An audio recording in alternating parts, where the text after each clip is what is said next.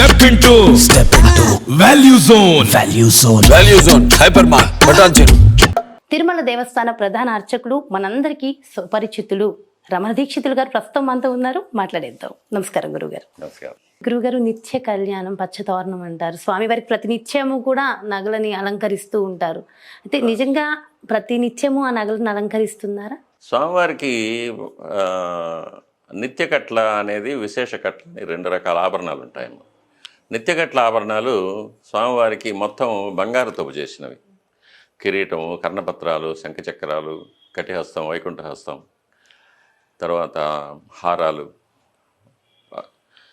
అష్టోత్తర హారం, చతుర్భుజ లక్ష్మీ హారం, తులసీపత్ర హారం, సహస్రనామ హారం, శాలగ్రామ హారాలు, అందెలు, తర్వాత కంకణాలు, ఇవన్నీ కూడా బంగారుతో చేసినవి. సాలిడ్ అంటే నవరత్నాలు తక్కువగా ఉంటాయి. ఇవి మనం నిత్య కట్ల అంటాం. అంటే మనం శుక్రవారం నాడు స్వామివారికి అభిషేకం తర్వాత అలంకారం చేస్తాం. ఆ వచ్చే వారం లోపల ఏదైనా పండుగ, ఏదైనా ఆస్థానం, లేక ఏదైనా ఉత్సవం ఉంటే స్వామివారికి విశేష తిరువాభరణం లేకపోతే నిత్యగట్ల తిరువాభరణం డిసైడ్ చేస్తాం. కాబట్టి ఏది లేనప్పుడు స్వామివారికి నిత్యగట్లు ఉంటుంది. ఏదైనా విశేషం ఉంటే రత్నాలు చెక్కిన కిరీటం, రత్నాల కర్ణపత్రాలు, రత్నాల కటిహస్తం, వైకుంఠహస్తం, శంఖచక్రాలు, మకరకంటి, స్వర్ణ పీతాంబరం, బంగారు పీతాంబరం, ఇవన్నీ కూడా స్వామివారికి అలంకారం చేస్తాం అన్నమాట. మిగిలినవన్నీ స్వామివారికి మామూలుగా ఈ మిగిలిన బంగారు నగలన్నీ కూడా స్వామివారికి అట్లాగే ఉంటాయి. ఇవి మాత్రం ఈ కవచాలు మట్టుకు మారుతుంటాయి. కాబట్టి స్వామివారు ఎప్పుడూ పూర్తిగా నగలు సమర్పించుకునే ఉంటారు, ఒక్క గురువారం తప్ప. ఒక్క గురువారం తప్ప. అయితే ఆ గురువారం విశిష్టత ఏంటి అంటే 7 రోజుల్లో 6 రోజులేమో నేత్ర దర్శనం లేకుండా ఉంటుంది, ఒక్క రోజే నేత్ర దర్శనం ఉంటుందంట గురువుగారు. శుక్రవారం నాడు అభిషేకం జరుగుతుంది. స్వామివారికి నగలు తీయడానికి కానీ పెట్టడానికి కానీ 1 గంట సేపు పడుతుంది. అందువల్ల శుక్రవారం జరిగే అభిషేకం కోసం గురువారం నాడే నగలన్నీ తీసివేస్తాం. నగలన్నీ తీసివేసి స్వామివారి ముఖంలో ఉండే పచ్చకర్పూర నామం ఇరువైపులా కొద్దిగా తొలగించి స్వామివారి యొక్క నేత్ర కమలాలు కనిపించేటట్టుగా పెడతాం. అది నేత్ర దర్శనం. ఇక నగలేవి లేకుండా స్వామివారు పట్టు పంచ, పట్టు ఉత్తరీయం ధరించుంటారు. మెడలో స్వామివారి యొక్క మహాలక్ష్మి యొక్క సదా సమర్పణ అంటారు. శ్రీవత్సం అనేది మహాలక్ష్మి యొక్క డాలర్ ఒకటి ఉంటుంది. ఇవి తప్ప ఇంకా స్వామివారి ఇంకేమి కాదు. గురువారం రోజు ఆ రోజు చాలా స్పెషల్. ఆ రోజు దర్శించుకున్న వాళ్ళకి ఇంకా చాలా బాగుంటుంది అంటారు గురుగారు. అక్కడున్న వాళ్ళు కూడా, బయట సేల్స్ చేసే వాళ్ళు కూడా ఆ రోజు ఖచ్చితంగా అబద్ధాలు ఆడకుండా ఉంటారు అనేది కూడా ఒక నానుడి ఉంది. అంటే మిగిలిన రోజుల్లో అబద్ధాలు ఆడినా స్వామివారు వినరనా? మూర్ఖత్వం, అజ్ఞానం అంతే. అంతేగాని అంతలో నిజమేం లేదు. పోనీ ఏదో ఒకరోజైనా భయపడుతున్నారని మనం సంతోషపడాలి. పునుగు పిల్లికి సంబంధించిన తైలం ఒకటి రాస్తారు ఖచ్చితంగా. దాని గురించి కూడా ఒక స్టోరీ ఉందంట కదా గురుగారు? స్టోరీ ఏం లేదమ్మా, అది ఆగమ శాస్త్ర ప్రకారంగా జరిగేది. స్వామివారు విగ్రహం వచ్చి సాలగ్రామ శిలాబేరం అంటారు. అది మామూలుగా మనం రాతి విగ్రహం కాదు, సాలగ్రామ శిలాబేరం. ఆ సాలగ్రామ శిలాబేరానికి పుష్టినివ్వడానికి పునుగు తైలం పూస్తాం. పునుగు పిల్లిని ఏం చేస్తారంటే దాని గూట్లో ఒక గంధపు చెక్క ఒకటి నాటేసి దానికి దారం కట్టి ఉంచుతారు. మెడకి దారం కట్టి దాని చుట్టూ తిరుగుతూ ఉంటుంది. దానికి ఒళ్ళు దురద పెట్టినప్పుడు ఆ గంధపు చెక్క మీద ఒళ్ళు రుద్దుకుంటుంది. అప్పుడు దాని దేహంలో నుంచి వెలువడే ఒక విధమైన సుగంధ ద్రవ్యం ఆ గంధపు చెక్క మీద పొడి పొడిగా వస్తుంది అన్నమాట. దాన్ని తీస్తారు. దాన్ని తీసి మంచి నూనె, నువ్వుల నూనె వేడి చేసి అందులో ఇది కలుపుతారు. అది పునుగు తైలం అంటారు దాన్ని పునుగు తైలాన్ని స్వామివారికి సమర్పణ చేస్తారు.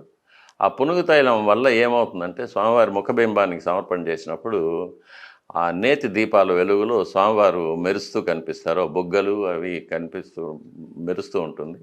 స్వామివారు ఒక సమ్మోహనకరమైన ఒక మందహాసం, ఒక చిరునవ్వు మనం అనుగ్రహించేటట్టుగా నవ్వుతూ ఉంటారు స్వామివారు.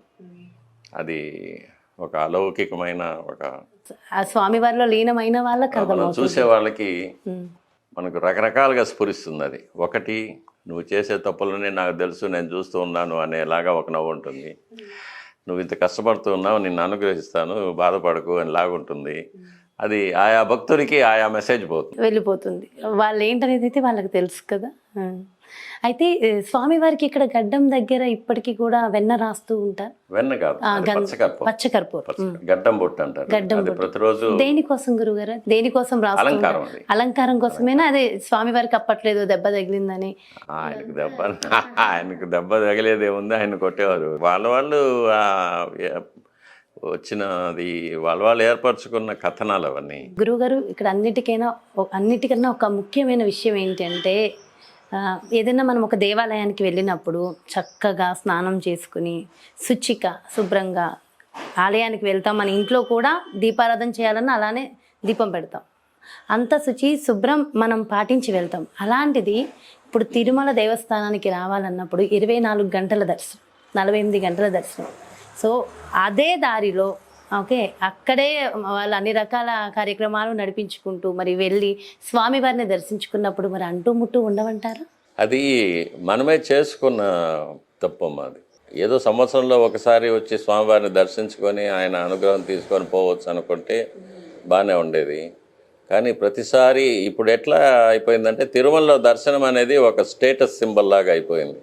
మా అధికారాన్ని చూపించుకోవసరం, మా దర్పం చూపించుకోవసరం, అందుకోసం స్వామివారి దగ్గర రావడము, నాకు విఐపి దర్శనమే కావాలనడం, నేను ఇంతసేపు స్వామివారి దగ్గర నిలుచుకున్నానని బయట వచ్చి గొప్పలు చెప్పుకోవడం, ఇవన్నీ సామాన్య మానవుల యొక్క అజ్ఞానాన్ని సూచిస్తాం. ఒక మహానుభావుడు చెప్పినట్టు మనం స్వామివారిని చూడడం కాదు, స్వామివారు మనల్ని చూడాలి అని. కాబట్టి ఇవన్నీ కూడా భక్తులు మళ్ళీ మళ్ళీ మళ్ళీ మళ్ళీ వస్తూ ఉండడం వల్ల ప్రతిరోజు 70,000 మంది 80,000 మంది దర్శనం చేసుకోవడానికి రావడం వల్ల అది కొన్ని ఉద్యోగస్తులు కానీ లేకపోతే విద్యార్థులు కానీ వారికి సెలవులు వచ్చినప్పుడే దర్శనానికి రావడం కానీ జరిగేటప్పుడు ఒక 2 రోజులు సెలవు పెట్టి స్వామివారి కోసం వస్తే సరిపోతుంది. కానీ సెలవులు వచ్చినప్పుడే రావడం, అందువల్ల రద్దీ పెరగడం, దీనివల్ల క్యూ లైన్ పెరగడం, అందువల్ల దర్శన సమయం ఎక్కువ కావడం, ఇదంతా మనం స్వయంకృత అపరాధాలు. ఈ క్యూ కాంప్లెక్స్ కూడా అప్పుడెప్పుడో కట్టింది ఎలా ఉందో అలానే ఉంది, ఎలాంటి మార్పులు చేర్పులు కూడా జరగలేదు గురు. అంటే ఇంకా అప్పుడు కట్టినప్పుడు ఒక 20-25 సంవత్సరాలకు సరిపోయేలాగానే కట్టారు అప్పుడు. కానీ ఇప్పుడు ఆ 25 సంవత్సరాలు అయిపోయాయి, ఇప్పుడు ఇంకా మళ్ళీ పెద్దవి కట్టాలి. అండ్ అసలు స్వామివారిని ఒక గంటలో దర్శించుకుని బయటకు వెళ్ళిపోయే భాగ్యం అందరికీ దక్కుతుందంటారు. కొన్ని ఆర్జిత సేవలకు వెళ్ళిన వాళ్ళు కట్టుకోవచ్చు, ప్రతి ఒక్క భక్తులకి సుప్రభాతము, తోమాల సేవ, అర్చన, అలాంటివి, అభిషేకం, ఇవన్నీ కూడా భక్తులకు, సామాన్య భక్తులకు అందుబాటులో లేకుండా వెళ్ళిపోయాయి.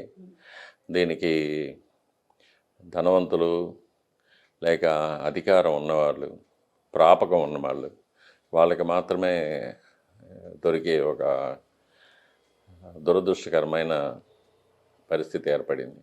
అయితే దేవుడికి అందరూ ఒకటే అంటారు కదా, ధనవంతులు లేదు, డబ్బున్న వాళ్ళని లేదు, దేవుడికి అందరూ ఒకటే. కానీ మనలో మనకు లేదు కదా.